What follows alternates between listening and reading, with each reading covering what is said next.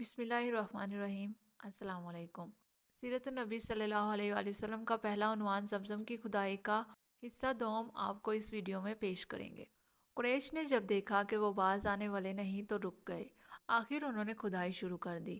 جلد ہی کنویں کے آثار نظر آنے لگے۔ یہ دیکھ کر انہوں نے اللہ اکبر کا نعرہ لگایا اور پکار اٹھے، یہ دیکھو، یہ اسماعیل علیہ السلام کی تعمیر ہے۔ جب قریش نے یہ دیکھا کہ انہوں نے کنواں تلاش کر لیا تو ان کے پاس آ گئے اور کہنے لگے، عبد المطلب، اللہ کی قسم، یہ ہمارے باپ اسماعیل علیہ السلام کا کنواں ہے اور اس پر ہمارا بھی حق ہے، اس لیے ہم اس میں تمہارے ساتھ شریک ہوں گے۔ یہ سن کر عبد المطلب نے کہا، میں تمہیں اس میں شریک نہیں کر سکتا، یہ مجھ اکیلے کا کام ہے۔ اس پر قریش نے کہا، تب پھر اس معاملے میں ہم تم سے جھگڑا کریں گے۔ عبد المطلب بولے، کسی سے فیصلہ کروا لو۔ انہوں نے بنو سعد ابن حزیم کی کہنا سے فیصلہ کرانا منظور کیا۔ یہ کہنا ملک شام کی ولائی علاقے میں رہتی تھی۔ آخر عبد المطلب اور دوسرے قریش اس کی طرف روانہ ہوئے۔ عبد المطلب کے ساتھ عبد مناف کے لوگوں کی ایک جماعت تھی، جبکہ دیگر قبائل قریش کی بھی ایک ایک جماعت ساتھ تھی۔ اس زمانہ میں ملک حجاز اور شام کے درمیان ایک بیابان میدان تھا، وہاں کہیں پانی نہیں تھا۔ اس میدان میں ان کا پانی ختم ہو گیا۔ سب لوگ پیاس سے بے حال ہو گئے، یہاں تک کہ انہیں اپنی موت کا یقین ہو گیا۔ انہوں نے قریش کے دوسرے لوگوں سے پانی مانگا، لیکن انہوں نے پانی دینے سے انکار کر دیا۔ اب انہوں نے ادھر ادھر پانی تلاش کرنے کا ارادہ کیا۔ عبد المطلب اٹھ کر اپنی سواری کے پاس آئے۔ جو ہی ان کی سواری اٹھی، اس کے پاؤں کے نیچے سے پانی کا چشمہ ابل پڑا۔ انہوں نے پانی کو دیکھ کر اللہ اکبر کا نعرہ لگایا۔ پھر عبد المطلب سواری سے اتر آئے۔ سب نے خوب سیر ہو کر پانی پیا اور اپنے مشکیزے بھر لیے۔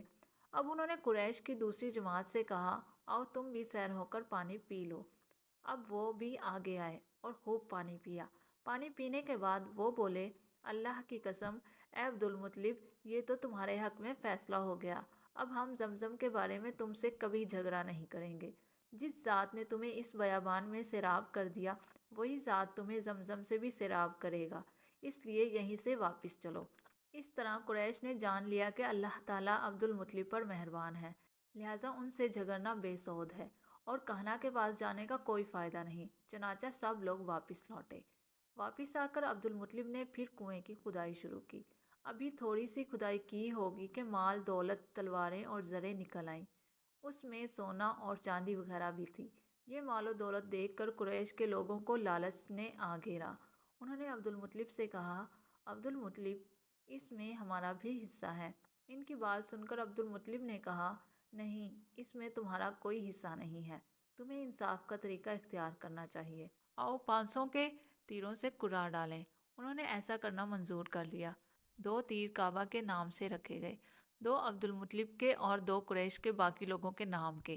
پانسا پھینکا گیا تو مال اور دولت کعبہ کے نام نکلا، تلواریں اور زریں عبد المطلب کے نام، اور قریشیوں کے نام جو تیر تھے وہ کسی چیز پر نہ نکلے۔ اس طرح فیصلہ ہو گیا۔ عبد المطلب نے کعبے کے دروازے کو سونے سے سجا دیا۔ زمزم کی کھدائی سے پہلے عبد المطلب نے دعا مانگی تھی کہ اے اللہ، اس کی کھدائی کو مجھ پر آسان کر دے، میں اپنا ایک بیٹا تیرے راستے میں ذبح کروں گا۔ اب جب کہ کنواں نکل آیا تو انہیں خواب میں حکم دیا گیا تھا، اپنی منت پوری کرو، یعنی ایک بیٹے کو ذبح کرو۔ مزید اس طرح کی ویڈیو دیکھنے کے لیے میرے چینل کو سبسکرائب اور اس ویڈیو کو لائک کر دیں۔ ملتے ہیں نیکسٹ ویڈیو میں۔ اللہ حافظ۔